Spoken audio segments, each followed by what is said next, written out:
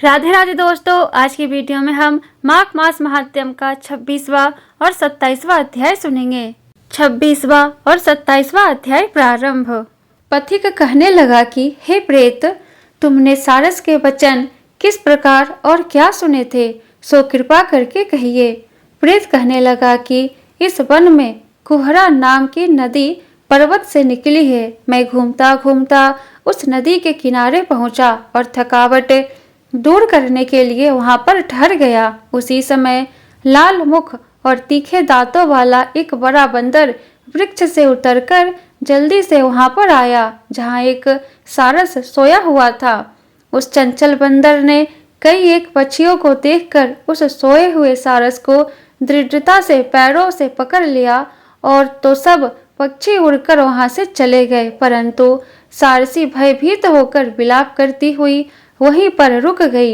नींद के दूर होने तथा भय से नेत्र खोलकर सारस ने बंदर को देखा और मधुर वाणी से कहने लगा, हे बंदर, तुम बिना अपराध मुझको क्यों दुख देते हो? इस संसार में राजा भी केवल अपराधियों को ही दंड देता है।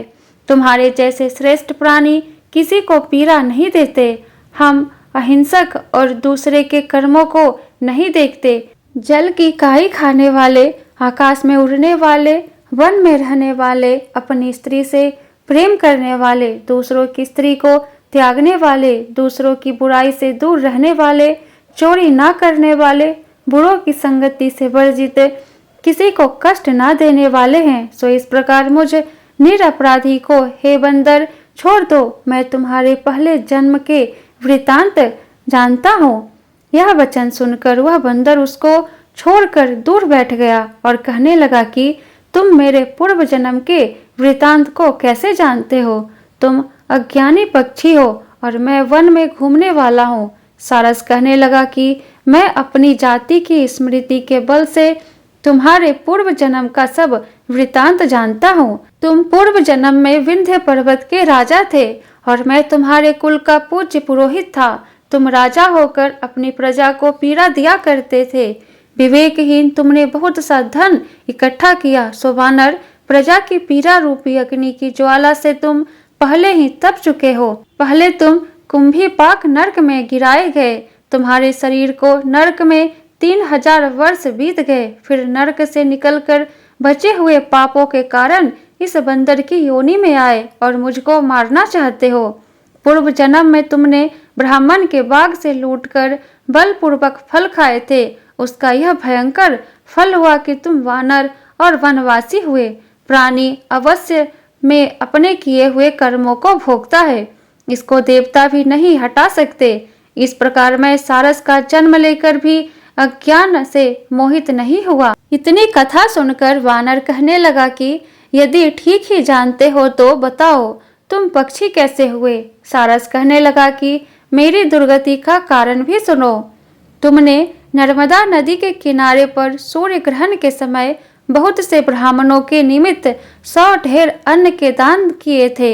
मैंने पुरोहिताई के मदद से थोड़ा सा ब्राह्मणों को दिया और बाकी सब मैं आप हर ले गया। इन ब्राह्मणों के द्रव्य का अपहरण करने के पाप से मैं पहले कालसूत्र नरक में और फिर रक्त करदुम नरक में, जहाँ पर बड़े बड़े कीड़े थे और रक्त तथा पीप से भरा हुआ नाभि तक नीचे सिर और ऊपर पैर किए हुए पीप चाटता हुआ उस दुर्गंध वाले नरक में कीड़ों आदि से काटा जाकर 3000 वर्ष तक उस यातना को भोगता रहा।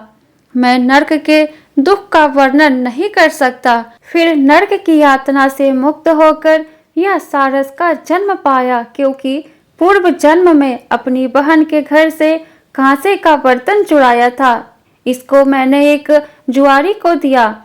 इसी से मैं सारस योनि में आया। यह मेरी स्त्री पिछले जन्म में ब्राह्मणी थी। इसने भी कांसे की चोरी की थी। इसी से यह मेरी स्त्री और सारसी हुई। यह सब मैंने तुमसे कर्म फल कहा। अब भविष्य की बात भी सुनो। अब मैं, तुम और यह मेरी स्त्री भी हंस होंगे और काम रूप देश में सुख से निवास करेंगे। फिर इसके पश्चात गौर योनि में और फिर जाकर दुर्लभ मनुष्य योनि को प्राप्त होंगे। इसमें मनुष्य पाप और पुण्य दोनों ही कर सकता है। इस प्रकार शिव की माया से यह सारा जगत मोह को प्राप्त होता है। न केवल हम ही परंतु इस संसार के सभी जीव प्रवृत्ति मार्ग में फंसकर अच्छे और बुरे कर्म करते हैं और उनका फल भोगते हैं। इसलिए सब प्राणियों को धर्म का सेवन करना चाहिए। देवता, असुर, मनुष्य, व्याघ्र, कीड़े मकोड़े सभी से कटंग रूपी मार्ग नहीं छूटता। केवल वेदांत जानने वाले योगी ही इस मार्ग से बच सकते हैं। इसी कारण बड़े बड़े महात्मा भी कर्म फल को टाल नहीं सकते। उपाय से तथा बुद्धि से कोई भी इसको नहीं बदल सकता। तुम पहले राजा थे, फिर नरक में गए, अब बंदर की योनि में वन में फिरते हो और फिर भी ऐसा ही जन्म पाओगे। ऐसा विचार कर आनंद पूर्वक और धैर्य धरकर विचरते हुए काल की प्रतीक्षा करो। तब वानर ने कहा कि पहले जन्म में तुम्हारी पूजा करता था, अब तुम मुझको प्रणाम करते हो। तुम जाति के स्मरण से मेरे पूर्व जन्म के वृतांत को जानते हो। आनंद पूर्वक रहो, तुम्हारा कल्याण हो। तुम्हारे वचनों को सुनकर मैं मोह रहित होकर वन में विचरूंगा।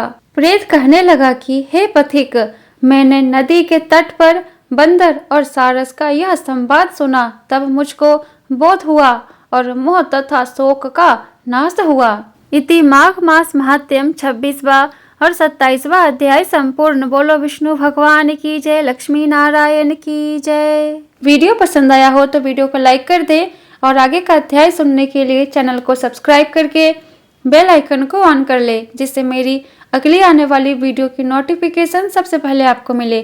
तो फिर मिलती हूँ मैं आपसे नेक्स्ट वीडियो में। जय श्री कृष्णा, राधे राधे।